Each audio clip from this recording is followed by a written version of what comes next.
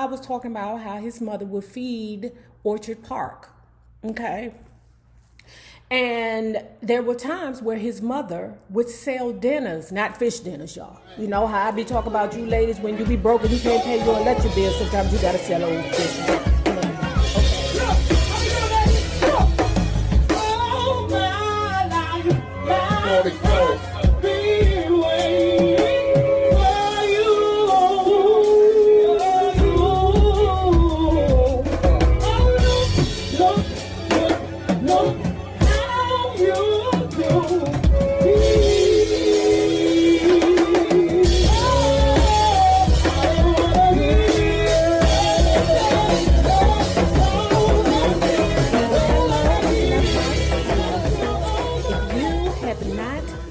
Done so, please remember to like, share, and subscribe because it is so important to my success here on the YouTube. And if you are not already a part of our Bella Book Club, please hit the Patreon link below, and for a small monthly $5 fee at a minimum, you can be privy to all the shenanigans before YouTube gets it, if YouTube gets it. Now, let's talk about Bobby the Brown's Every Little Step Part 2. So where we left off, Bobby the Brown was just about to explain why and how, although his father was very funny, easygoing, cracked the kids up, he was still very flinchy. And his mother took great enjoyment out of fucking with him. The mother took full advantage of the fact that the father was scared of spiders and snakes and stuff like that. So what she would do is she would sneak up behind him and throw a spider on him. Sound like some shit my big cousins did to me when I was small. You know, why would a woman do that? When I think about it, I'm like, why the hell would a grown-ass woman be throwing spiders and snakes on a man that she loved? You know, but it was to entertain the children. The children found it hilarious, so the mother thought it was hilarious. I find it a bit emasculating. That's just the tip of the iceberg, child. We didn't even know that Bobby the Brown's mammy was Griselda Blanco Brown. Hold tight, we gonna get to it. Bobby the Brown was kind of, blind in the ways to what the hell was going on with the women in his family. Let me expound. You know how I was talking about how his mother would feed Orchard Park, okay?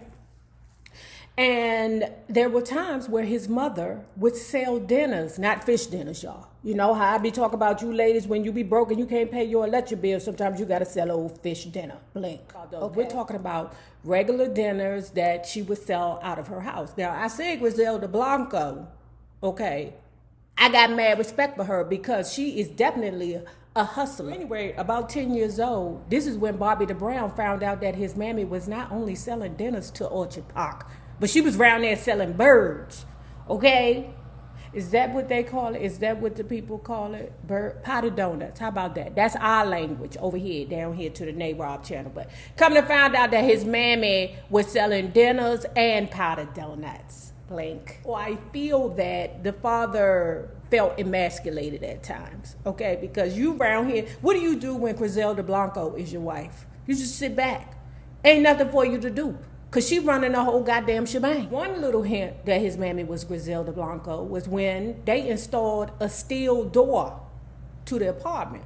Now, Bobby the Brown and his younger sister Carol just believed it was because of the Jehovah's Witnesses, okay? Because he never understood as to why, when those people knocked on the door, why the whole family would be in such an uproar. Get down, get down.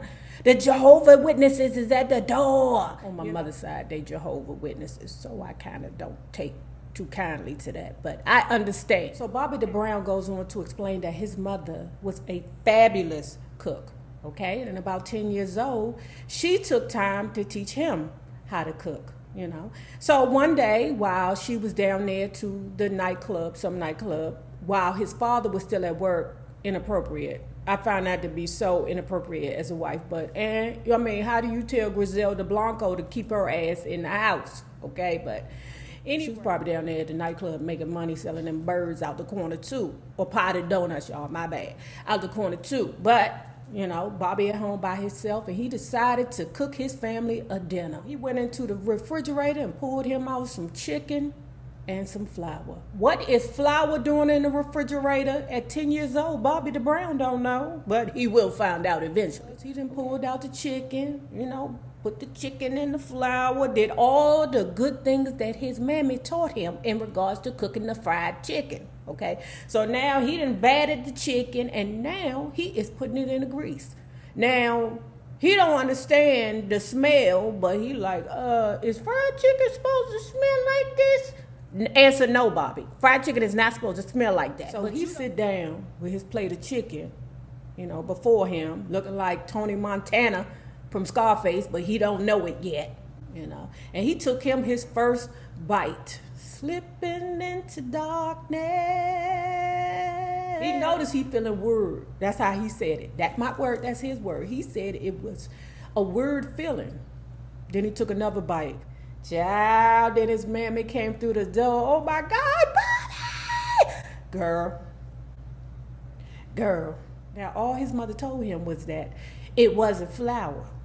Okay. He didn't figure it out till months later that it was boogity shuckety. So what he said was that his mother sometimes would have hoodlums sleeping on the floor. Now, I'm saying to myself, now the father ain't having no concerns with this, no problems. But again, I say, how the hell you gonna tell Griselda Blanco that she can't have her connect sleeping on the floor? Okay, or one of her lieutenants or sergeants or, you know, whatever. What does the husband of Griselda Blanco do in this situation? Sit back and let her do her thing. One day, the police came and knocked on the door. Do you know these two motherfuckers? Answer, no, I don't know them. And stop coming to my house looking for them, okay? Police said, okay, ma'am, turned around and went back downstairs. Now, you know Griselda Blanco couldn't let it go. She went down there, down the steps, followed them out to the patrol car, and gave them a piece of her mind. Bobby the Brown, a little boy, looking out the window. You know, now he sees his mother get down to where the police officers are next to their cruiser.